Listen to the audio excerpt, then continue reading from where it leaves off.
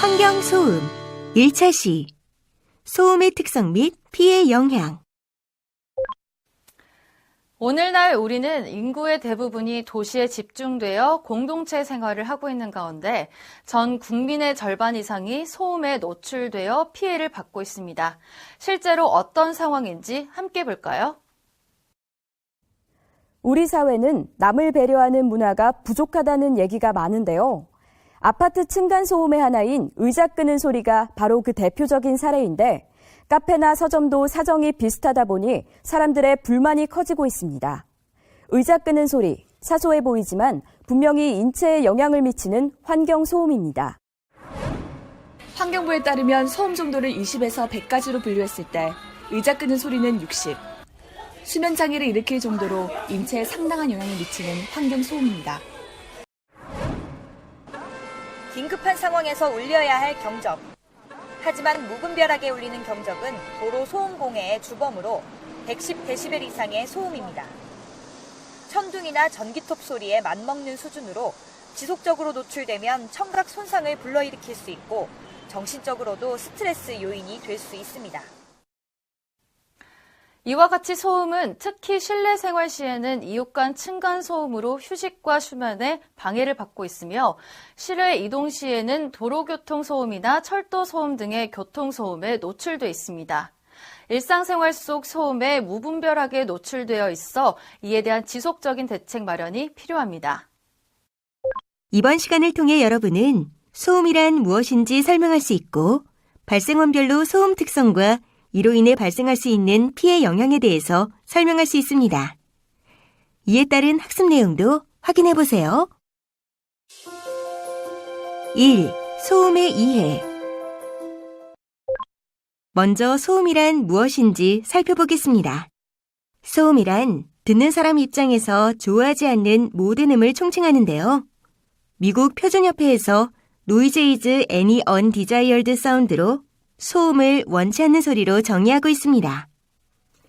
그리고 우리나라 소음진동관리법 제2조에서는 소음을 기계, 기구, 시설, 그 밖의 물체의 사용 또는 공동주택 등의 장소에서 사람의 활동으로 인하여 발생하는 강한 소리로 정의하고 있으며 일본 공업규격인 지스 Z8106에서는 불쾌하거나 바람직하지 않은 예를 들면 음성, 음악 등의 청취를 방해하거나 생활에 장애, 고통을 주는 음으로 정의하고 있습니다. 다시 말해 듣는 사람이 싫어하거나 원하지 않는 음은 전부 소음이라 할 수 있는데요. 같은 음에 대해서도 시간과 장소, 상황에 따라서 소음인지 아닌지가 주관적으로 작용할 수 있습니다. 아름다운 음악이라도 공부를 하는 사람이나 수면을 취하는 사람에게 방해가 된다면 소음이 될 수 있다는 것이죠. 이처럼 소음은 사람마다 주관적인 차이가 있을 수 있지만 자동차, 철도, 항공기 등의 교통시설 및 공장, 사업장 등에서 발생하는 등은 대부분의 사람들이 소음이라고 느끼며 어떠한 방식으로든지 사람의 생활에 악영향을 끼치게 됩니다. 그럼 소음은 어떻게 표현할 수 있을까요? 소음의 크고 작음을 표현할 때는 데시벨을 사용하는데요. 음향학에서 단위 면적당 음량 파워의 지표로 사용되고 있는 데시벨은 소리의 상대적인 크기를 표현하는 데 사용되는 단위입니다.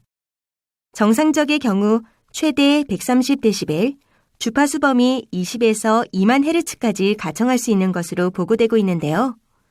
주위 환경이나 개인차에 따라 인지할 수 있는 레벨과 주파수 범위는 다를 수 있습니다.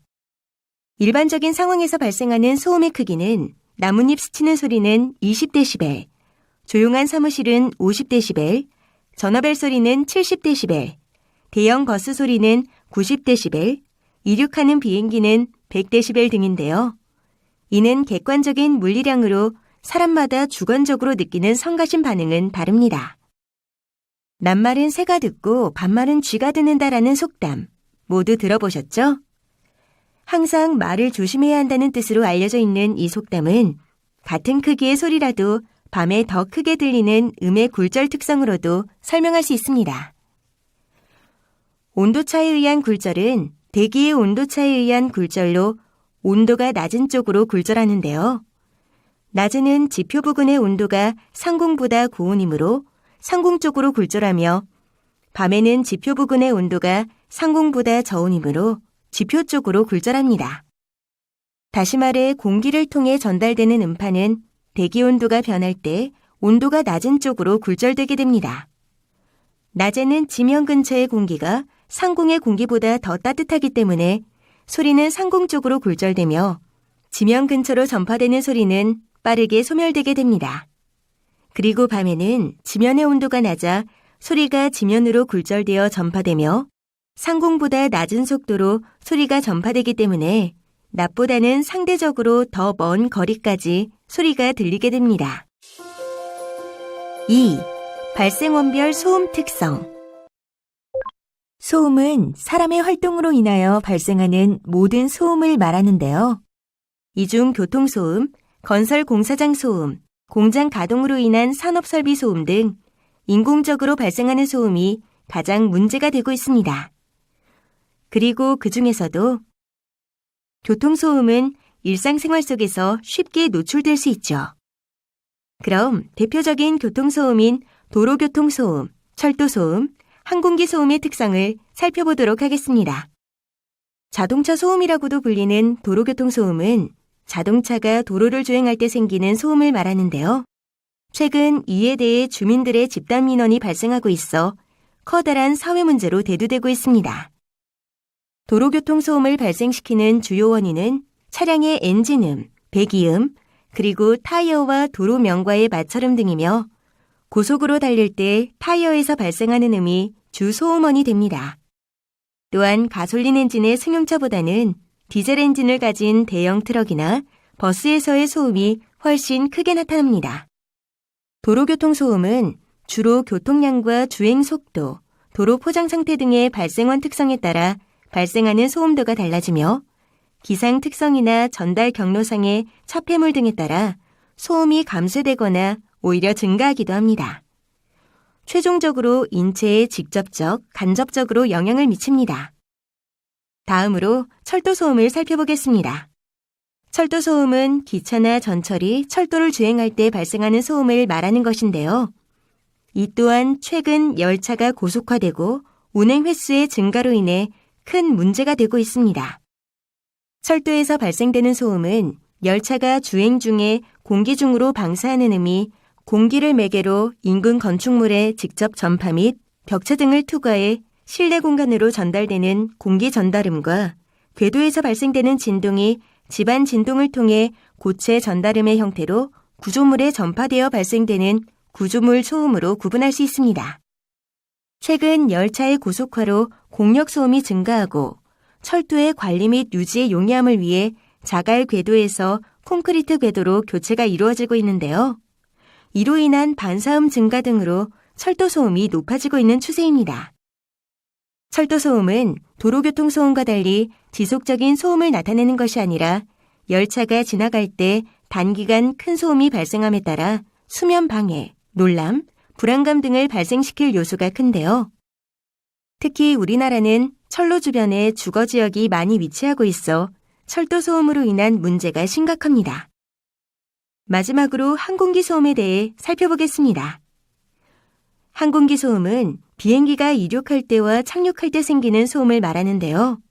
공항 주변의 경우 다른 소음원에 비해서 소음도가 크고 상공에서 이동 시 고주파 성분의 소음이 발생하기 때문에 피해 영향 범위 및 면적이 광범위하고 방음벽 등과 같은 일반적인 방음 대책으로는 소음 저감 대책에 한계가 있습니다.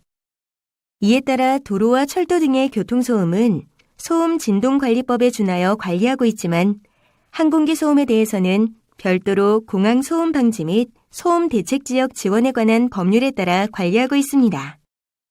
공항 소음 방지 및 소음 대책 지역 지원에 관한 법률은 공항 소음을 방지하고 소음 대책 지역의 공항 소음 대책 사업 및 주민 지원 사업을 효율적으로 추진함으로써 주민의 복지 증진과 쾌적한 생활 환경을 보장하고 항공교통 활성화에 이바지함을 목적으로 하고 있는데요. 해당 법률에 따라 중앙정부 및 관할 지방자치단체에서는 주로 소음 영향 정도에 따라 주택 방음시설, 전기료 지원, 주민 복지 증진 등의 대책 사업을 시행하고 있습니다. 3. 소음 피해 영향. 일상생활 속에서 발생하는 소음공해는 일반적으로 대기오염 물질과 달리 축적되지 않고 시간이 지남에 따라 소멸되고 객관적인 소음 레벨뿐만 아니라 개인이 느끼는 정도에 따라 주관적인 성향이 강하다는 특징이 있습니다.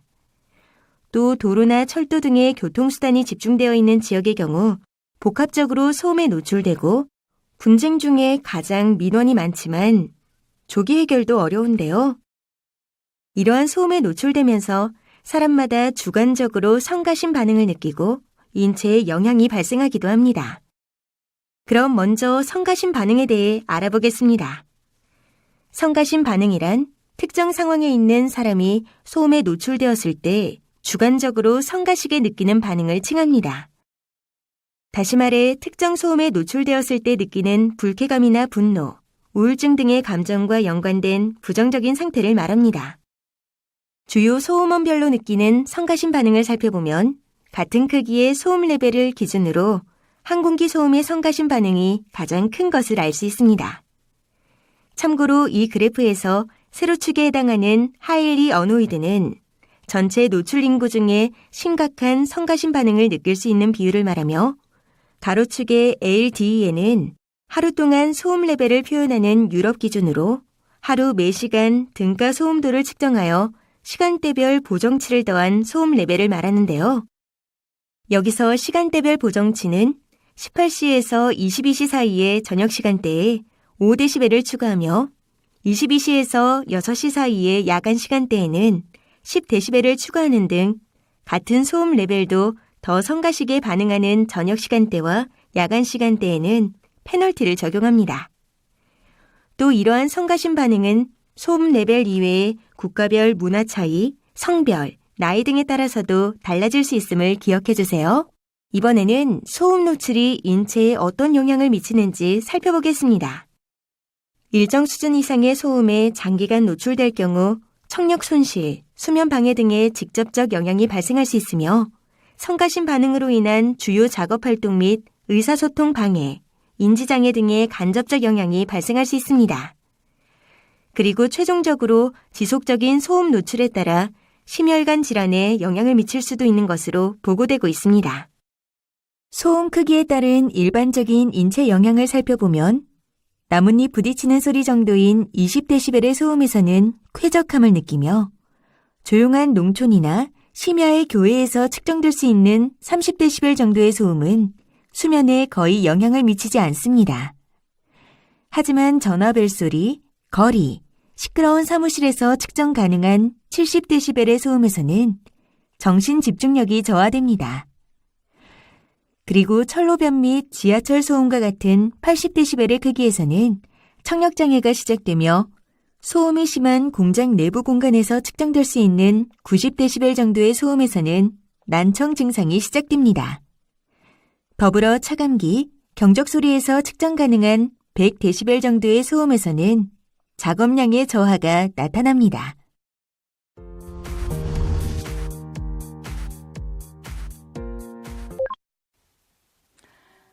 특정 레벨 이상의 도로 소음에 노출된 경우 어떤 영향을 받게 되는지 분석한 사례를 살펴보겠습니다.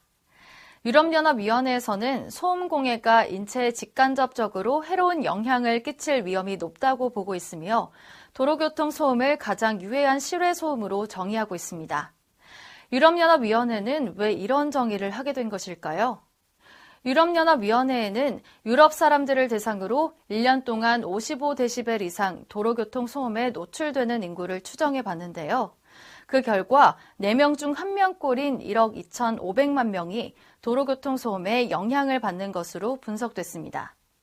주요 영향별로 살펴보면 성가신 반응이 2천만 명, 수면 방해가 800만 명, 건강 영향이 4만 3천 명, 수명 단축이 10,000명 등으로 나타났습니다. 그리고 철도 소음과 항공기 소음에 노출된 인구수도 추정해 봤는데요.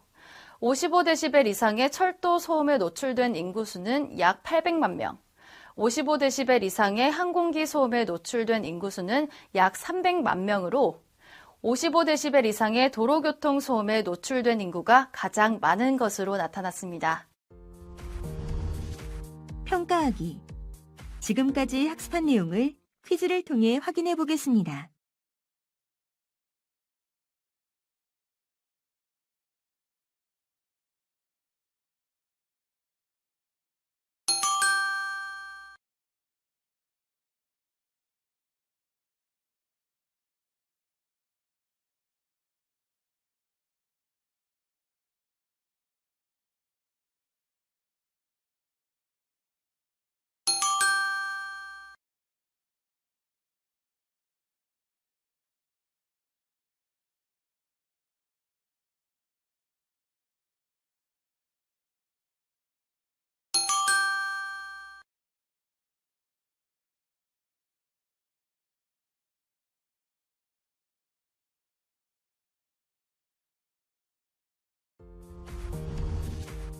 정리하기.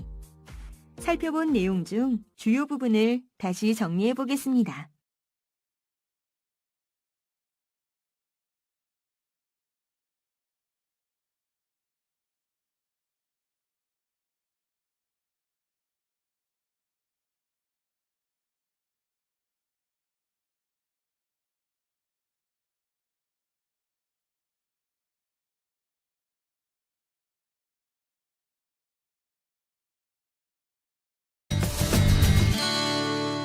이번 시간에는 소음의 특성 및 피해 영향에 대해 살펴보았습니다.